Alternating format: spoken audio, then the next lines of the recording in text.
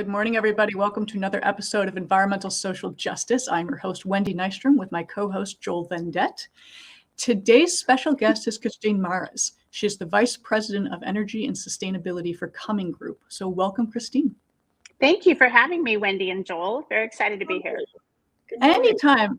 And what I love is I've known you for a few years now from the LA Metro Sustainability Group, but talking about schools and the goal to go net zero, no one's talked about that. We've done almost 200 episodes of ESJ now, and we've never talked schools. So why is this so important? It's so interesting. I've been, before I was at the Cumming Group, I spent many years on the owner side and 12 years working for LA Unified School District. We built, as you know, 230 new schools at the time, and putting my project manager hat on, when I came to Cumming, I switched to sustainability and really focused. But my passion is really schools and working now towards like a net zero roadmap and helping them to become net zero. And it's been an evolution with schools in California, all the way back from 15 years ago when, you know, there were recycling programs in school gardens, and really parents and students and the community was trying to integrate sustainable measures into their schools.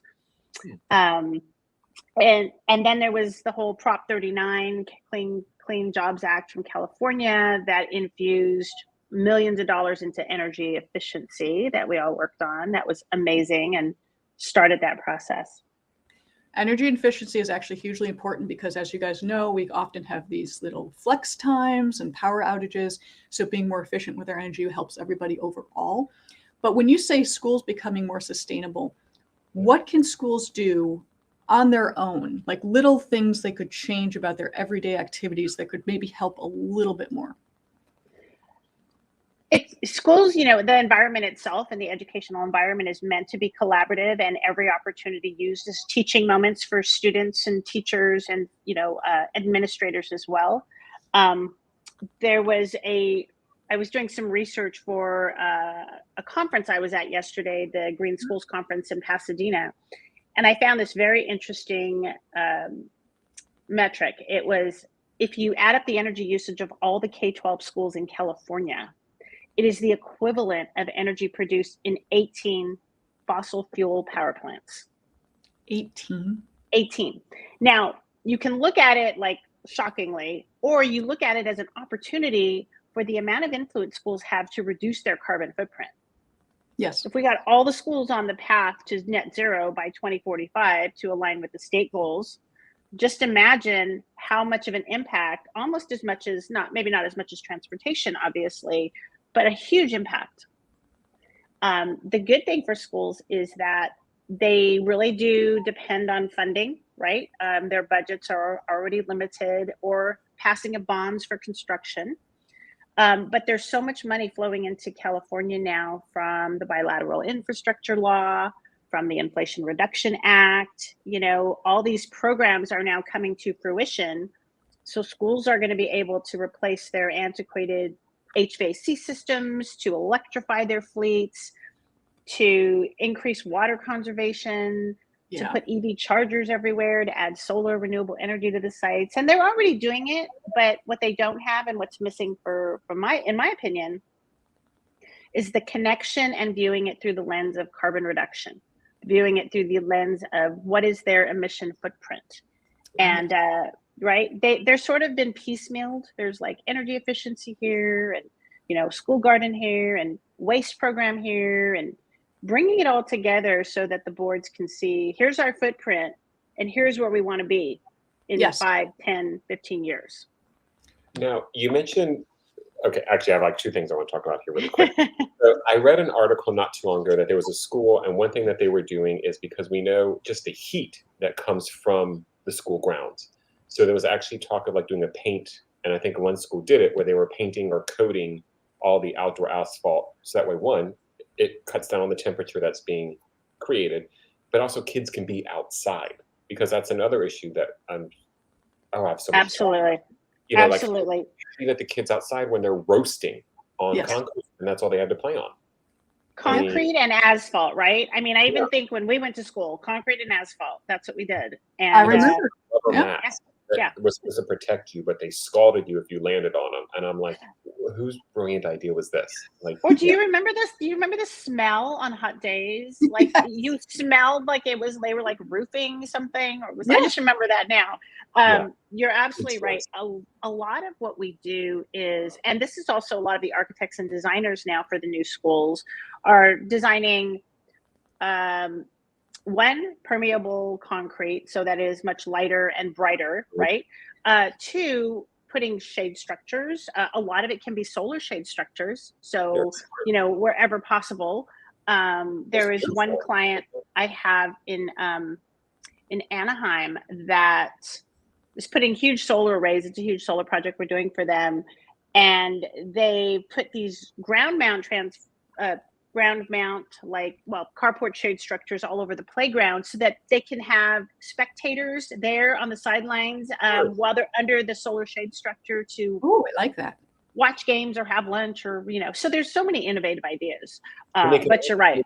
And they can also make them look good. Like, I mean, they don't have to just look like these barren, flat things. Like, there's companies coming out now where they look like trees, and they look like sculptures as opposed to just like a flat panel on a bar. Like, let's at least make it look good. But I guess so. I want to go back really quick to you talk about the budget.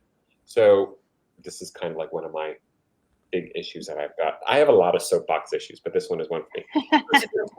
The schools are so underfunded, like drastically. Like, I mean, whether it be from like books to school supplies to trying to find a school with an arts program. Like, we've gone from STEAM to STEM. So I have a real issue with arts not being taught in schools. How do you budget to go to work on the carbon neutrality when we're trying to figure out how to pay for school supplies and teachers? Like, that's got to be a tricky area. How do you do that?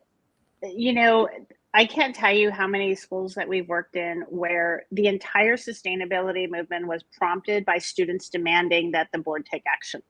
And more now, where administrators and faculty and, the facility managers sort of like, okay, now we got to rush because these students are kind of plowing down and demanding for this. Good.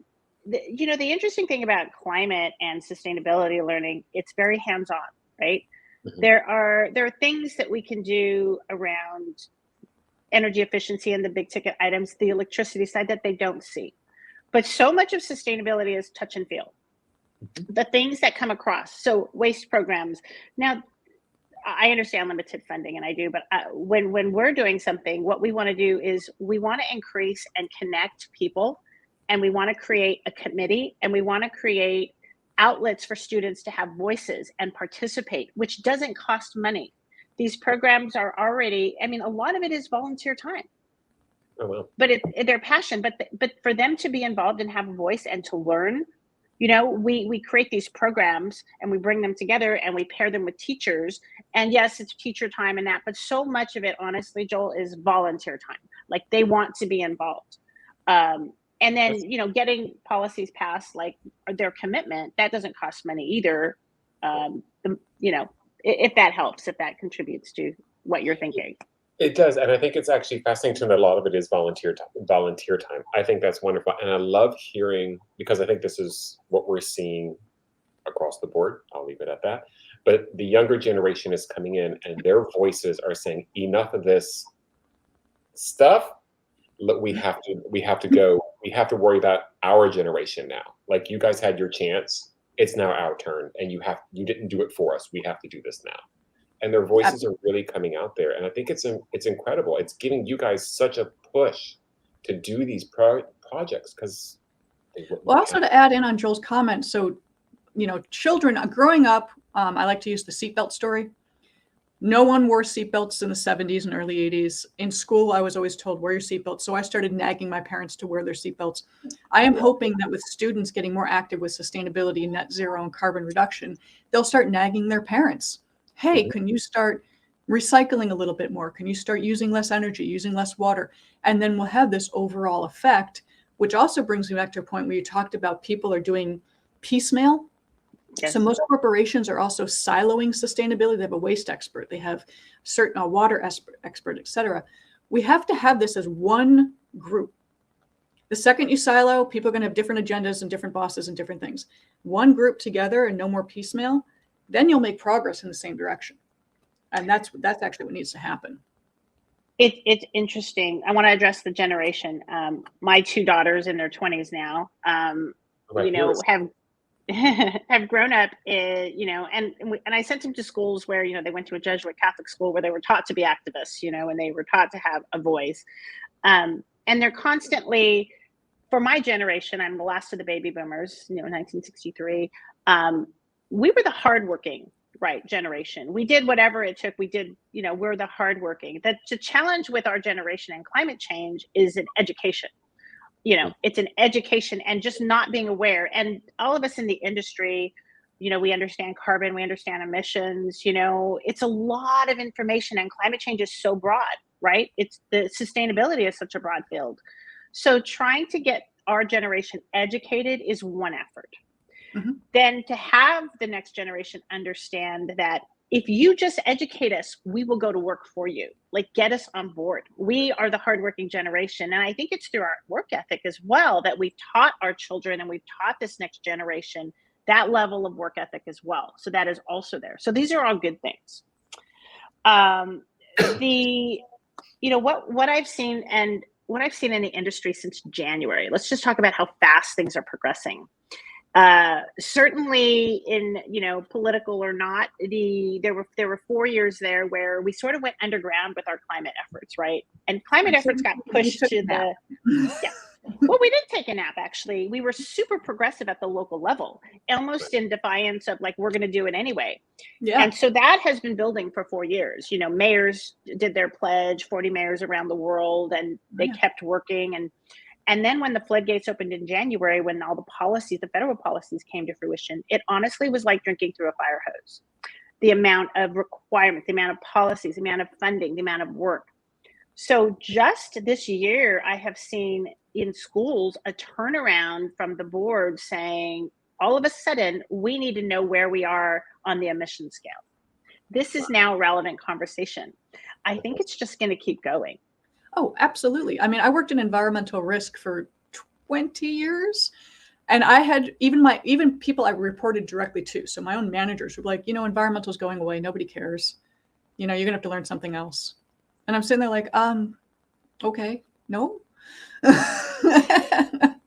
Now, do you find, since it's obviously this is something being pushed by the kids, and the kids are the ones who are kind of like spearheading and pushing this whole thing, how hard is it to get some of the parents on board with this as well? Because climate change is, we all know that there's people out there who don't agree with it. They don't think it's as bad as it is. It is there, but it's not something we have to address. How do you get the parents involved with what the kids are looking for? That's interesting. So think of, the parents are going to get involved because their jobs, the work they do and what they produce are now going to be fully integrated in climate. Like, they don't really have a choice. Okay. And I'll give you an example. When there's waves of things happen in the country and you create an event that's a disruptor event, call it like that. So in 2018, and we'll talk about, this country's built on entrepreneurship and everything we do is about making money. We are that country, there was a shift in the financial market in 2018 from BlackRock when Larry Fink wrote a letter, and CEO, he said, climate risk is now financial risk. Yep. It was a huge disruptor. And in the corresponding years, millions of dollars from the banks have been only lent to sustainable companies. It forced the Microsofts, the Amazons, the Intels to start coming up with their climate, and Google to start coming up with these huge goals, right? That started a push that has trickled down to everyone, to like everyone. Yeah, we're like, well, they have the money to do it and everything. But just recently, and then the whole oncoming of ESG, environmental social governance regulation, which has for a long time been in Europe and the UK and, those countries that are 10, 15 years ahead of us. It's okay. We have offices on both sides of the pond. So, it's sort of like we write an ESG statement. We all have to agree. They're like, come on, America, let's get with it. That's awesome. We're like, we'll get there. Don't rush us. We'll get there. And, we have pride. So we're like, no, we're getting there. Like, we're getting there. It's such a competition. But I think what you're starting to see is that even in down to supply chains and materials, and it's just been this, when you tie it to the money, Yep. one is there's money to be made, there's jobs to be created. The oil and gas industry, come on, they have been planning for this for years. They have been, redistributing their focus behind the scenes on clean energy. How many of the shells and all of them have clean energy programs and have bought in, so I'm all for everybody making money. Let's just do it on the clean energy side. Let's just do it on the side that supports climate change, right? It's sort of interesting. So when you mentioned that, like parents and my generation, I just got a notice from one of our big corporate companies that our ESG statement in our company is not good enough. Like they want us to now track like business travel and tell them how many emissions. And so we, in sustainability, we're so excited, this is great because we want to take that extra step. So there's really having a trickle down theory of being integrated fully, no matter what you're done. I think that's the only time I've ever heard somebody say trickle down work. I will leave it at that. I thought of that. I remember riding my bike around when Reagan was campaigning for president. But it's so funny because it's so true, and we say this all the time on this show. It follow the money. If there's money to be had, that's the way the change will happen. Yep. We are in a capitalist society. Let's just call it. It is what it is. And nobody begrudges anybody making money, but if you're doing it at the expense of somebody else, okay, we kind of got an issue here. So to hear that these corporations I love that you guys were actually pushed to just say, come on, bring it on. This is all you got. I think that's awesome because it also pushes you guys to do more. That's right. That's the way this should be. We should all be pushing each other to make it a better world. How hard is that? You'd think it wouldn't be that hard, but it is. But I love what you're doing back to the whole school thing. I'm still in awe of this generation that's out there now that is saying, get your crap together. Change this. We have to do this. I love that there's a passion from this generation to really push for a better world like that. So let's go back down to when we're doing the schools now. What do you see as the biggest hurdles when you're working with either an existing school or building a new one? The silos, right? So a lot of times, everybody, we all work in silos. The maintenance people and facilities people are focused on buildings. The capital program is focused on, the education side, the nutrition side. They're all working. It's really us creating, there's programs in California now for K-12 schools that are bringing them together by way of standards, right? So DSA, which is District of the State Architect, and NBI, which is New Buildings Institute, came out with a decarbonization buildings guideline this year to help schools sort of align around a standard. Schools need to be told what to do. Like, we're going to go for net zero. We're going to follow the state guideline. We have to comply. Regulation and compliance pushes everything. Policy comes, funding comes, policy comes, and then people act. So as a consultant and, someone who's passionate about making a difference in schools, my job is to inform and show the value of creating a strategic plan or net zero roadmap for them. Mm-hmm. And the value I bring has to be that they're going to show savings. They're going to show savings in the cost of their operations. It has to pay for itself and beyond. Right? There needs to be other benefits like accountability and transparency now. So schools have for a long time had to operate, to be totally transparent to their board and their constituents and the parents and the teachers. It's demanded. So this allows them to say, hey, we are putting ourselves out there and we are making these goals. And then they will be held accountable to those goals, which is very motivating, right? You can't have results if you don't measure something. Yeah. So I really see the challenges as, the conversations, the silos, bringing people together, creating those charrettes or forums where we can listen to what students want or parents want. And part of that is just listening, right? And then figuring out where all the pieces of the puzzle fit. And I'm hoping that the money that gets saved actually gets put back into the schools. Yeah. I mean, that would be kind of like the perfect win-win scenario for everybody. I mean, and it does. So I'll give you an example. When we did the Clean Jobs Act, and you had $550 million a year for 5 years that went directly to K-12 to upgrade systems and, make systems perform. They saved money and they reduced their footprint without realizing they reduced their energy usage. But the savings, like we wanted the savings to go directly towards maintenance, right? But that oftentimes doesn't happen. There's ways to do it, but mostly it goes back to the general fund. Well, so what? So then now teacher salaries can be increased and they can buy more supplies. So there's no downside to where, the money is going to be saved and it's going to give them more opportunities on the budget side. That's awesome. That's great news. Can I just go back to when you said you were at a conference yesterday in Pasadena for green schools? Can you share with us anything that blew your mind when you went there? New technology, new things being developed? It's a great conference, by the way. We go every year. We've been doing it for 8 years.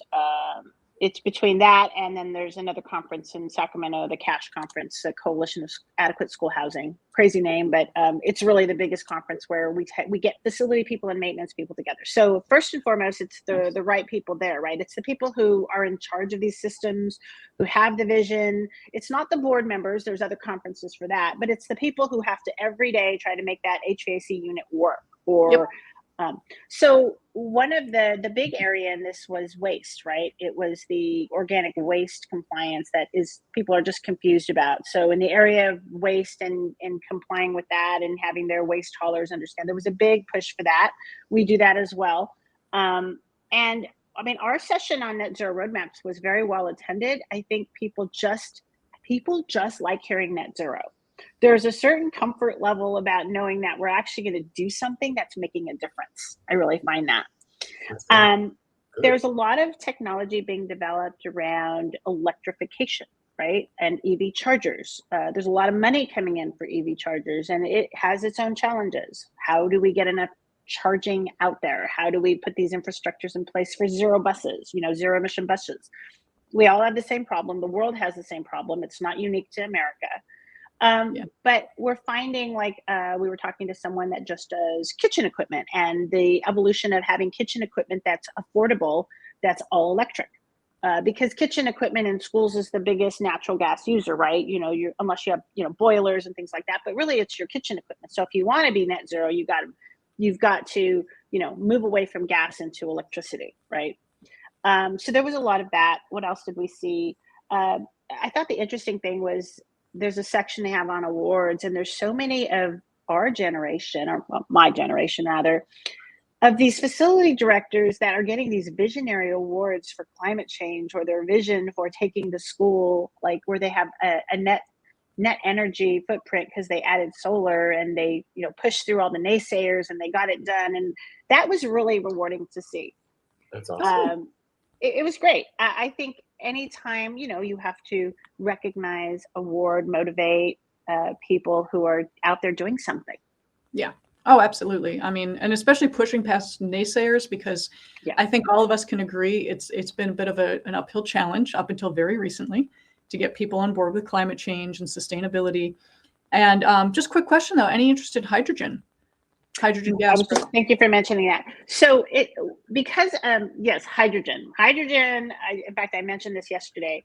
Today, we're talking about electrification. We're talking about some of the alternative fuels like renewable diesel, right? It's coming out. It's out. We do a lot of work with Metro, so we're very on top of the alternative fuel market. Hydrogen in 5 years is going to be like us talking about alternative fuels, right? It's not there yet.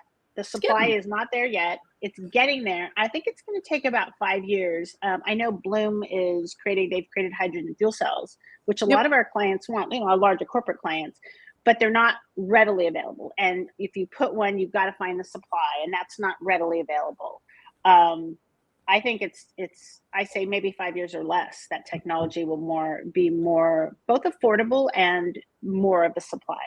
Oh yeah, I mean, I know that SoCalGas is doing a lot with hydrogen. They built the Angeles Link, which goes from the east side of California to the west, and then you have the Hydrogen Hub, which I have a couple friends working on that. I have some friends working on that. It's incredible what they're doing.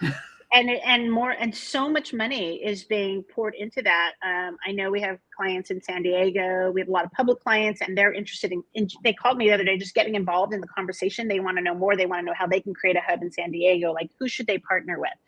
It is. It's so rapid. Honestly, it's. Oh, yeah. I just hope I keep up with like all the conversations, right, and having these really relevant conversations about what's happening, because you can't, And the terminology is always evolving. I talk often that, I actually did a post called "You're Not Stupid." The terminology keeps changing, because in any industry you're going to have your jargons, your acronyms, and I just so people understand, the messaging has been the same. The words may change, but the message is there.